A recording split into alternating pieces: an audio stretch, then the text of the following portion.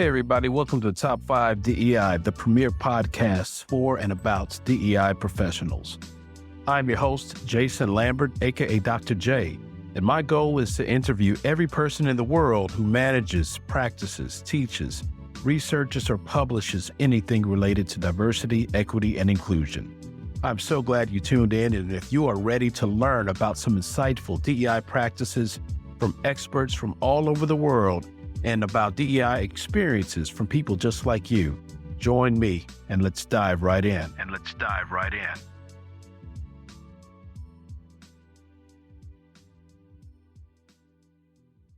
Welcome everyone to another episode of Top 5 DEI, the premier podcast for and about DEI professionals. I'm your host, Dr. J.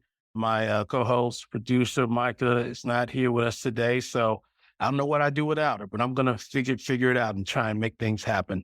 Today, we have a great guest. This person is an expert in the diversity, equity, inclusion, and belonging field.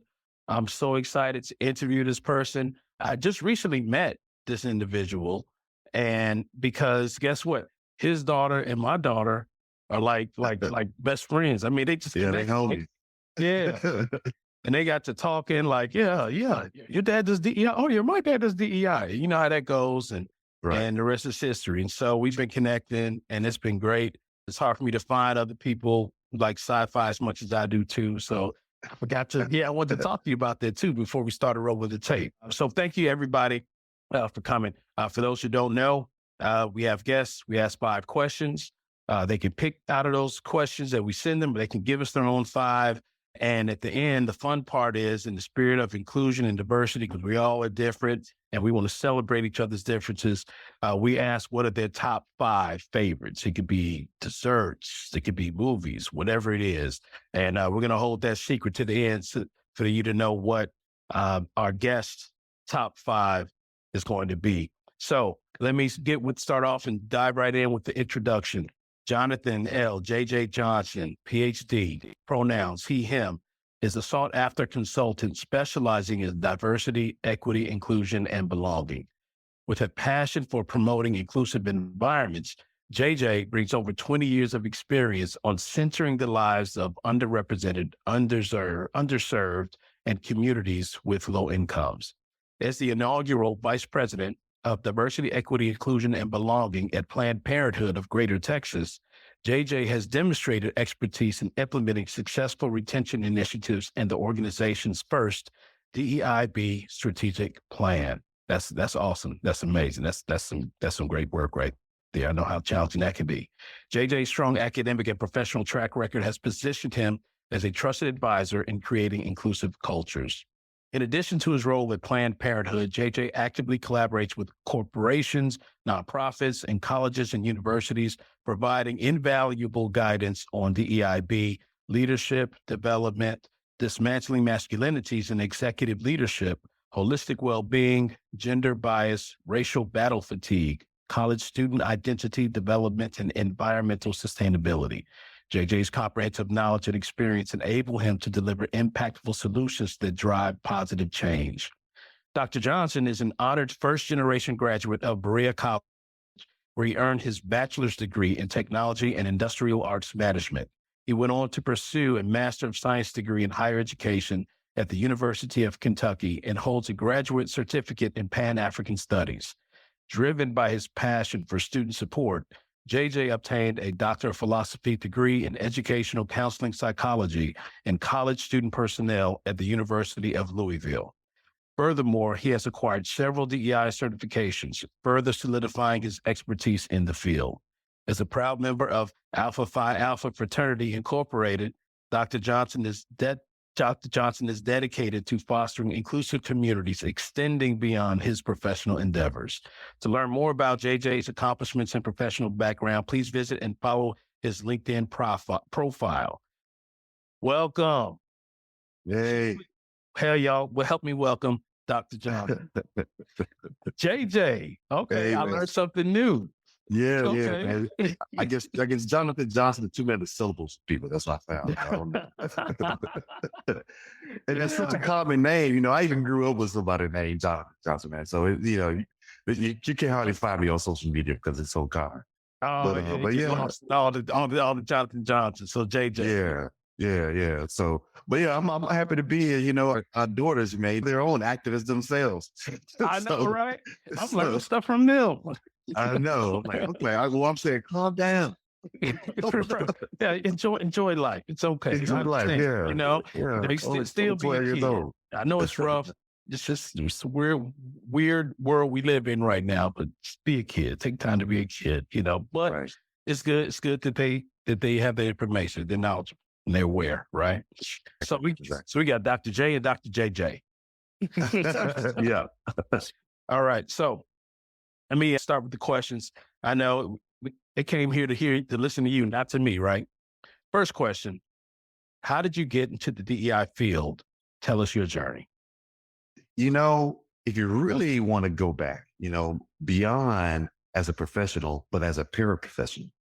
And so when I was in college, yeah, my sophomore year, I was a peer mentor for our Black Culture Center.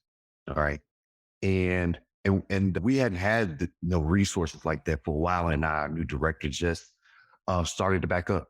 And I want an opportunity to guide those who had limited experience and didn't have college in their backgrounds to be able to succeed, man. You know, because going to college, being a first generation college student, like you said in the intro, was tough. And also we were poor, but I went to at Berea College where everybody is poor pretty much, right? That's the only way you can get admitted. And so to provide an opportunity for those who didn't recognize what these challenges were to have a guiding hand. And that's how I really got into it. Later down the line, I got my degree, my bachelor's discipline that I came there for. But I had a old supervisor. I was in college, asked me, would continue to ask me to come back and serve. And I never said no, but then honestly, I ended up coming back and working there. I said, I give it a chance. And I became, I studied, what I needed to do to serve. My drive is really became out of serving, students who matriculated and who were underrepresented and low income. And that was my first calling, I would say, to go into this field of diversity, right? And all the iterations of Heaven's Best over the years, and I had a focus on serving particularly low income Black males and first generation college students. And so that's where it all began. And I worked in higher education for over 20 years in several different roles. And that always been a center of the work that I've done. It may not always been the job function that I had, but it was always something that I intentionally sought to integrate into the work that I did too, and I think that sometimes that's what you have to do. If you have even an interest in getting into this field, sometimes you got to put that work in there. You got to create those bullet points, for a job function so that you may be able to create what that role is going to be, because it may not already exist there, or maybe you identify a need and you justify that need, through data, through what the outcomes can be, and you present it and you fulfill it, fill that role. And that's been a lot of my work and how I really got into the field and how I got to this particular point, If you all check out my LinkedIn profile, you all like, what in the world is going on? I did so many different things. But yeah, I never would imagine that I'd be in the role that I'm in right now. But it really is about pivoting when necessary, as well as, recognizing opportunity and recognizing the skills that you have. Man, that sounds like an amazing journey. It sounds a lot similar to mine too. I remember being an undergrad I was at U of I for a while. And it was called the Black House. It was like the multicultural center for African Americans on campus. And that's where I really kind of started understanding the importance of inclusion, being on a campus that was, predominantly white. And it helped me, and then I was a mentor. What do we call it? A big buddy, I think is what we were called, and things like that. So that's interesting how we had the similar pathways, Yeah. And I like how you said, like, pretty much like you were doing the work without the wording, creating that, doing that work, even though it wasn't like officially DEI. And so, Yeah. and I'm glad that journey led you to where you are, so that our daughters could say, hey, that's what my dad does. We Uh-huh. can connect. Right. And I always consider about our work, interdisciplinary, in Mhm. which Absolutely. diversity, equity, inclusion, and belonging should be. It should be interdisciplinary. It should be multifunctional. So, because it's a holistic approach, and that's how I see it. No, that's so true. That's so true. It cannot operate. You can't really do anything inside of a vacuum, I guess, right? You have all the different disciplines coming together. Speaking of like your work and what you do, what is a project that you're working on or you have worked on that you'd like to share, that you'd like to tell us about? Well, I can tell you now, my role at PPGT, I'm the first person, the inaugural person to serve in this role as the vice president for diversity, equity, inclusion. And I ended up adding belonging actually to my role and the work that we do. And along with that, I'm building the program. you know, I'm building as we climb, as so to speak. And so, and I think we've come a long way since I've been there. I've been there about a year and a half now. And we started out with some consultants coming in and doing some things, which resulted in them hiring me. But from where we've been to where we are now, it's tremendous. And so a lot of work I'm doing that right now is working with our board. We have a board of directors, working with them on our strategic plan. Okay. And we just implemented our strategic plan for the entire organization, as well as a DEIB strategic plan. And throughout, yeah. So, but also just with the Awesome. organizational strategic plan, DEIB is mingled in throughout everything. So when we talk about technology, we talk about management, we talk about hiring practices, we talk about just the practical day-to-day that everyone experiences and their different functions. DEIB is integrated through all of it anyway. It has that particular lens that we put on, but then we have a specific DEIB focus.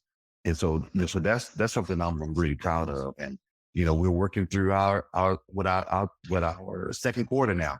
Which so far, we have some bumps, growing pains in a row, and because this is something new. But how I tell people, of the work we're doing is ever evolving. And when you have a plan in place, it should be a living and breathing document, because we're talking about folks, we're talking about people, and we have to be as nimble as everyone else. So.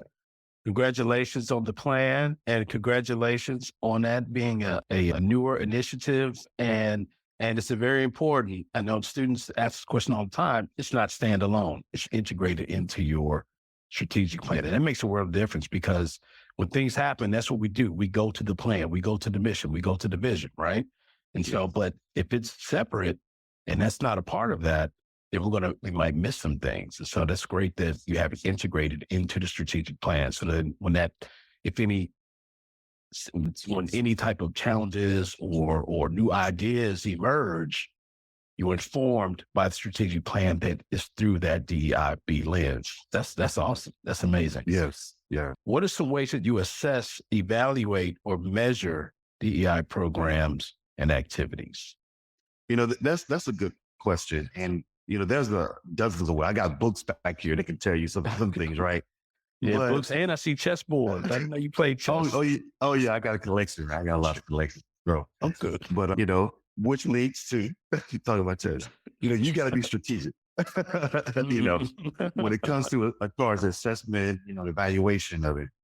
And there's one thing to remember, no matter how many books you read, or your experience that you have, you can say, oh, I did this, so I'm going to do this again, this way, because I've done this way before. You have to really tailor things for the organization and for the people. And that means you got to do some homework, right? You got to get to understand the organization. You got to get to understand who your constituents are, who you're serving, before you can even develop what outcomes. You don't even know what outcomes that you need to establish, right? That's right. And so you need to understand, I guess you want to think about it statistically. What are those variables, right? What are we talking about, and how they connect with one another, so that you can develop, have a better understanding about the environment, that community.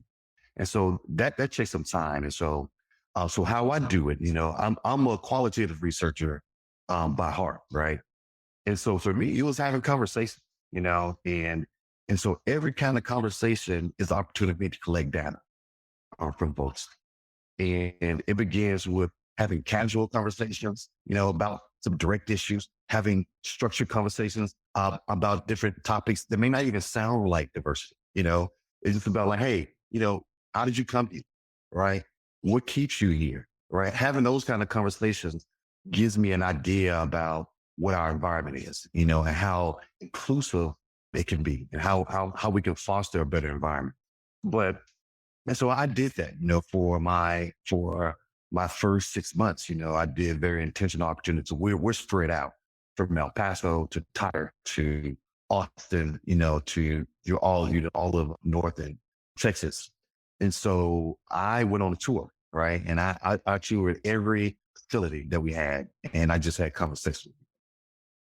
And from that, I had a better understanding, as well as I looked at prior data, from assessments like employee satisfaction surveys and such.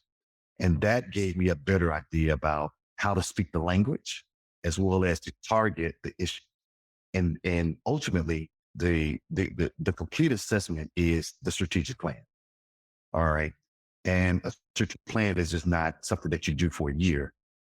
Ours is over 3 years, because you want to have an opportunity to first establish those benchmarks and then measure it progressively throughout the year, and also at those annual benchmarks at the same time. So the strategic plan is the best way to go, because it gives you a path to follow. Yeah. I love how you talked about it took 6 months, right? Because you're doing that exploration, right? I like to call it a discovery tour when you first enter an organization, because organizations, this is some of the reasons why diversity programs and efforts might fail, is because companies and leaders jump right into, this is what we want to do. We're going to do this, do that. Mm-hmm. It's like, that may not even be what you need to do. Right. Right.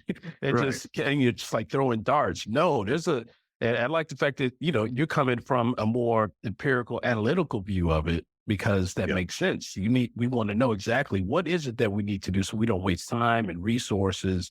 And we're also able to have an impact on those in the areas that that need it most, because that can happen. We can have a perfect program, looks nice, bells and whistles, Right. but then it's not making an impact because that's not the plan that was needed for us. Exactly. And yeah. No, I agree 100%, because honestly, a lot of people don't know what diversity and inclusion is, and or their perception of what it is. Hey, we're going to celebrate a holiday. Right. It's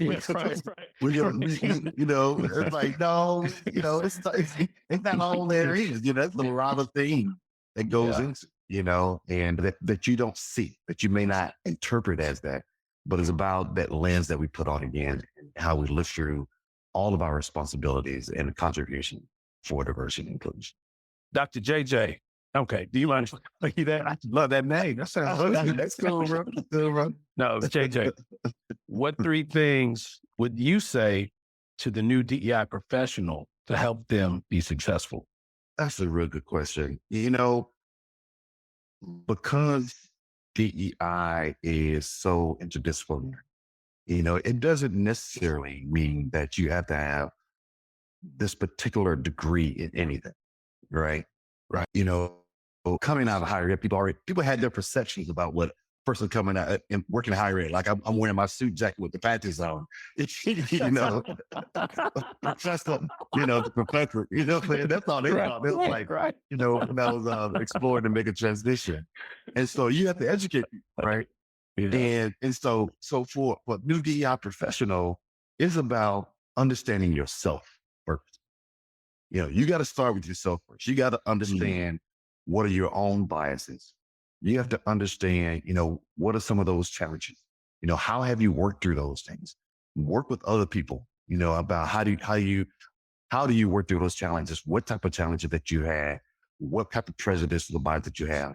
And so that you can be in a good space, right, where that you can provide these helping skills for other people, because that's what we do. So definitely do that. For me, I can name a couple of experiences that helped transform how I see the world. One is I studied abroad in Mexico when I was an undergrad. changed my world, made me think more about who I am and why I am in this world. Next, when I studied abroad when I was in graduate school, I went to Ghana, West Africa, did some research there. Even deeper understanding about who I am, and why I am, and wanted me to explore, who are we as Black people, right? Even more our identity development. And then next, because DEI is so multifunctional, try to find out what role do you want to play? Do you want to be a DEI learning and development, person, that trains people, that educates your organization? Do you want to be an analytical type of person, that one that drives the data? What type of organization that you want to work with? Is it nonprofit? Is it for-profit? Is it for-profit? Do you want tech? Do you want ed tech? Do you want engineering? What type of those environments? Because those are things that matter and that guide what your experience is going to be like for that organization, because they have particular focus. And how can you better serve those individuals? And so those are some fundamental things that you can do. But what I also found out, because people didn't know what DEI was, I could have all these degrees, man. But guess what people wanted me to ask? Do you have a DEI certificate? I know, right? I know. I know. I'm like, you know what? You know how many years? Yes. That is so true. That is crazy. Right. Yeah. I got colleagues that were trying to go into industry and leave academia, higher ed. Yeah. And they were getting that question. These people been publishing on diversity since early 2000. And I mean, man, they're not looking to read our books and our articles. Right. No, they're not. They want to see that certificate. Yeah. And so if you need that, there's a lot of actually excellent free tools that's on LinkedIn. You can get certificates program that's free off of that. And there's a lot of other programs that are around that you get free. A lot of consultants are offering even some of those and DEI certifications. But that's just a way to get your foot in the door. But moreover, it's more about how are you going to create your experience, and what this role, how I always think about whatever role that you're in, what is your next step, and to be strategic in how you're building up your skills. And so it won't be performative, right? Yeah, and that's very important. Man, when you said start with yourself, that right there, that's man, you got me right there. That's the most important part, right? Because we all have bias, and if we can't recognize ourselves, or we don't know ourselves, then how can we help other people? So that's some very valuable information. Something that's very simple but so complex, and it makes such an impact, because it all starts with you. If 1,000 years from today, every human being is multiracial, do you think racism will end? And I'm glad you picked this question, because that is the question yet. It's always just one of those, and you know what? You probably picked it because you sci-fi fan like me. So you were like, some dystopian or utopian, but years from today, every human being is multiracial. Do you think racism will end? Hey, even Captain Kirk exists. Some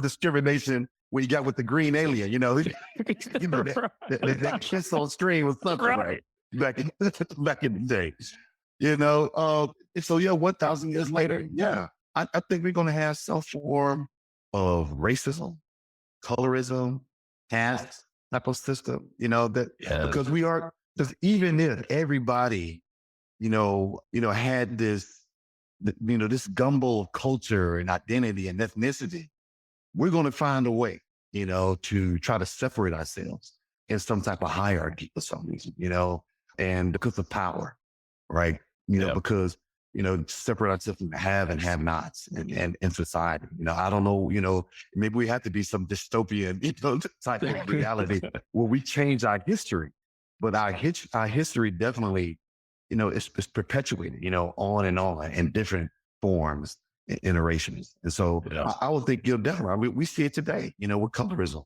Hey, we got the one drop rule in the United States, from slavery, basically just to say, for those who don't know what the one drop of rule is, in the United States, the one drop rule, the one drop of black blood you have, of African descendant blood that you have, you're black.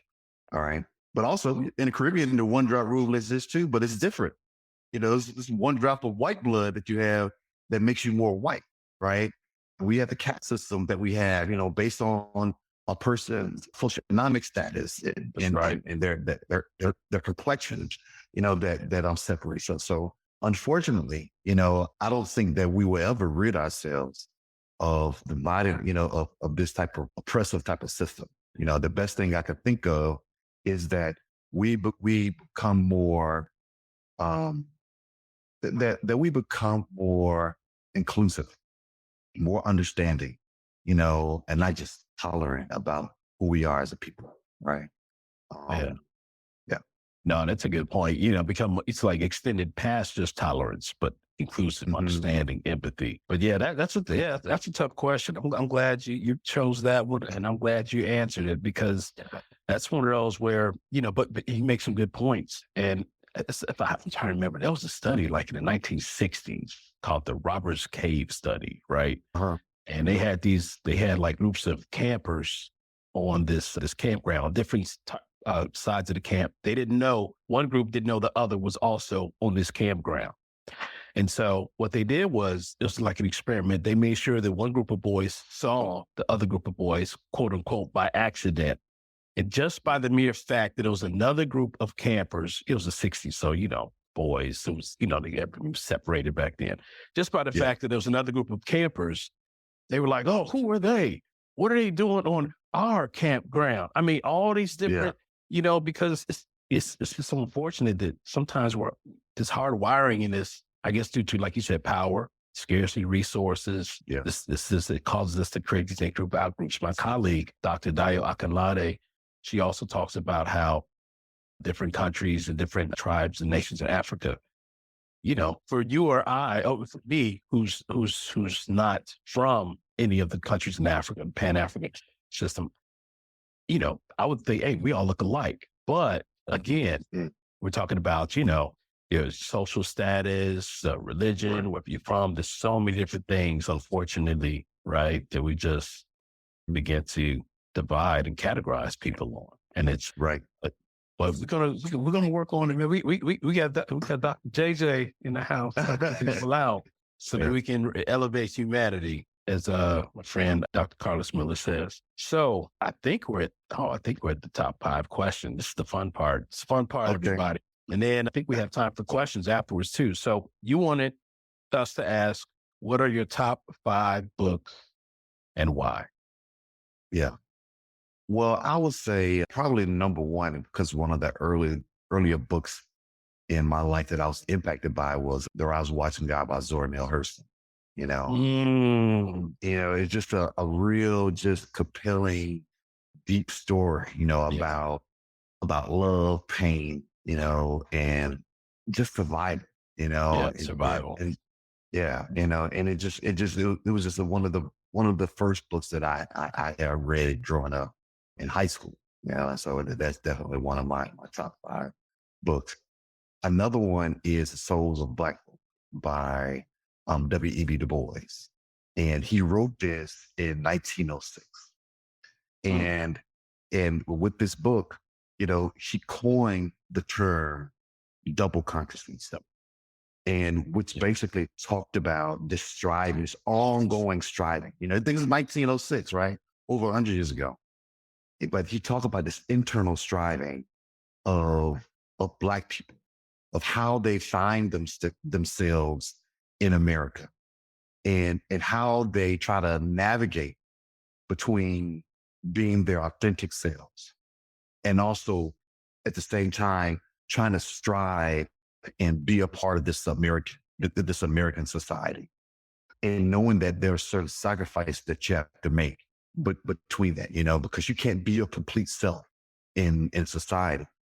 And we talk about wearing this veil that put over yourself so that you can exist, so you can thrive, so you can make it. And so, that's definitely one that I've based a lot of my research on, the way that I, when I think about identity, Black identity. And so that's definitely impactful. Another one is the one I found later in life. It's a book by Bell Hooks called "We're Real Cool Black Men and Masculine," right? And so this is when I was doing my doctoral research. No, actually, you know what? No, it was when I was doing my master's work, and I had the opportunity to work with Bell at Berea College. So What? I was, yeah. So I Oh, was. wow. It's when she first came and did her residency there after being off, and because she's originally from Kentucky, her family is, and she came back because she needed to take care of her sister. And I was directing a Black Cultural Center there, and we would end up working together and talking. I just had these ideas, and she helped nurture me and kind of and challenge me about masculinity, and Black male masculinity, because I did some work around Black women, and I wanted to think about more about that. But that book, "We Real Cool Black Men Masculinity," talks about the patriarchy. It's the patriarchal society that we live in, and she poses a lot of questions. She challenges a lot of people that's in power about this capitalist patriarchy that she calls it. But that book. Another one is another oldie is on the Miseducation of the Negro by Carter G. Woodson. Right. Yeah, And so, yeah, classic book. But also Carter G. Woodson, he's an alum of Berea College too, Oh, wow. I didn't know that. before he went on to FIS. But yeah, it just talking about, again, how we've been educated, how we've been miseducated, talk about our own identity, how we come to understand society, given some of the social challenges, talk about education, directly. And then the other one that also later informed, that I guess was the seed of some of my research, was the book by Derek Bell, "Faces at the Bottom of the Well," where it wasn't like this dystopian type of society, where if you all don't know, Derek Bell, he came up with this critical theory, that's been used in law to question our criminal justice system, and then out of that sprung a lot of other critical type of theories. One is race, one is critical Latin theory. It's a lot of different theories around how we frame and look at things from a different type of lens. And so those are the top 5 books that if I just had to pull them out today, that's what it had to be. Man, that's good. That's a good top 5. And you mentioned some pioneers there too. So man, from across genres too. Starting off with Zora Neale Hurston too. I like that. I like that. So some fiction and some nonfiction. Mm-hmm. Awesome. I'm gonna, and I'll be heading out of town soon, going on vacation. I'm gonna update my reading list for myself. Reread some of these, and some of these I've known about, but just never got around to reading them. You know how that goes.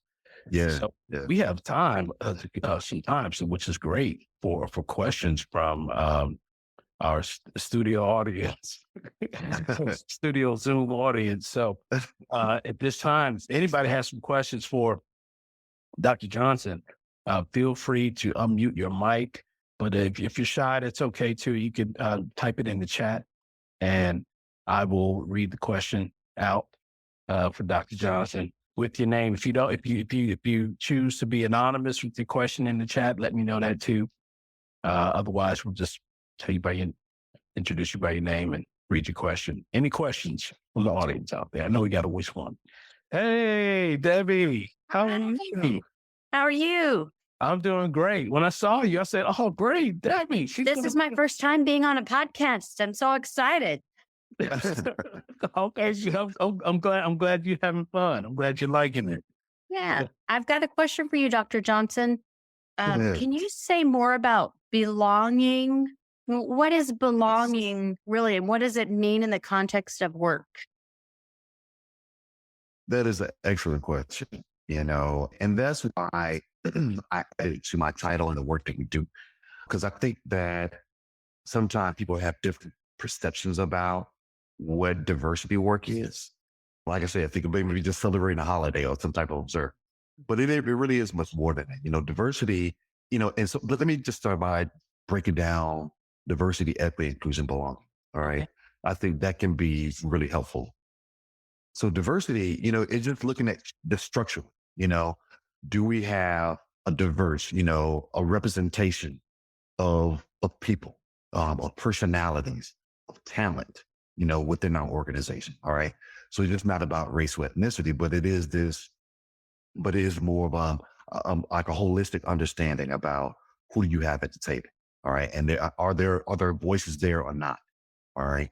And equity, is not like equality. So it doesn't mean everything's the same, but equity is about, how can we provide a level playing field of opportunities for people within the workplace. And that may be done through processes, practices, policies, right? That we create that assist us in that. That's why we have, so for instance, if you're interviewing somebody, instead of for a particular job, instead of just, asking candidates different questions, let's provide the same type of questions to everyone. All right. And so they can have a opportunity to respond with a baseline. Okay. It's one small way, you can do some things. Other one is like thinking about, pay between evaluating that between different positions, different people by gender and seeing where you are. Inclusion, is about this, how can we bring these voices that are unheard to the table. All right. Those perspectives, perhaps, even to the table that are unheard. How can you include those? Some, if you do it, think about practically, maybe it's an opportunity to just like, hey, Dr. Lambert was doing, hey, if you don't feel comfortable, hey, maybe write in the chat, let me know, providing different opportunities for people, to engage and to learn and to participate is being inclusive, right? And sometimes we don't even think about certain things that are inclusive that's around us, like the curb cut on a corner, right? That it provides to help people with, that are in wheelchairs or baby strollers, but also people that, hey, I just don't want to step up on that corner. I want to go through this particular route. And belonging, to me, belonging is where we all want to be, and I think that's something that, I think we all can agree on. You may not have a different perspective about belonging, but we want to create a culture where, that everyone feels like they can belong. All right. And so that they can thrive and not just survive within the workplace or within their environment. And there's a lot of different approaches that you can have in creating this sense of belonging. And, belonging became more a popular topic over the last 10 years or so. But, and it's all about appreciating those who are around us, bringing those voices that are unheard to the table so we can create a culture. It's not just about an individual or incident, but after we change our culture. Did I answer your question? Thank you. Mm-hmm. Thank you for the question, Debbie. And thank you, Dr. JJ, stuck in my head now, Dr. Johnson, for providing that example about the curb corner, about how it doesn't always have to be for someone who needs that accessibility. It could be for anyone, because what's important for people to also realize is, like you said, these accommodations, and when we look at things like equity, it benefits everybody, not just those who perceive we're targeting or perceive that it's only benefiting. It helps everyone, Right. So, yeah. And that's called universal design. Yeah. Universal design. Yeah. Yeah. And it's just, and if you have that in mind at first, you don't have to worry, oh, let me check this box. Let me do this, you're beginning there. You're beginning with this universal design that supports everyone. Exactly. Let's see. Do we have any more questions? So you can put them in the chat, or feel free to unmute your microphone and or video and ask another question. Any other questions? All right. Well, it looks like no questions. Man, you did a great job. I learned a lot. I learned a lot today too. Thank you. It helps reinforce a lot of the things that we're trying to do, and it's going to inform me in my work too. That's why I love doing this, because I learned so much talking to people like you, especially those who are in the field doing the work. Because as you know, I've been in higher ed for some time now. And even though I have consulting projects, things like that, still is not exactly the same as being in the mix, the everyday grind, having that front seat view about what's necessary, what needs to happen. When I'm in my ivory tower, having these research ideas of what might work, and I go test them out here and there, but talking to people like you helps confirm if this even makes sense, if it's even practical or not, right? So, sure. Yeah. Man, thanks a lot for being on Top 5 DEI. I appreciate it. And next time I see you, we're going to have to pull out one of those chessboards I see in the background. Yeah. A little bit, but I can tell you're going to beat me, but it'll be a good mental exercise for me. Because if you collect them like that, you probably have some books on chess too. It looks like you have a lot of them. So, but everyone, thanks for joining us on our Top 5 DEI. Thank you to our guest, Dr. Jonathan Johnson, Vice President of Planned Parenthood. And as always, enjoy your day. Peace out from Dr. J. Thank you. I appreciate you.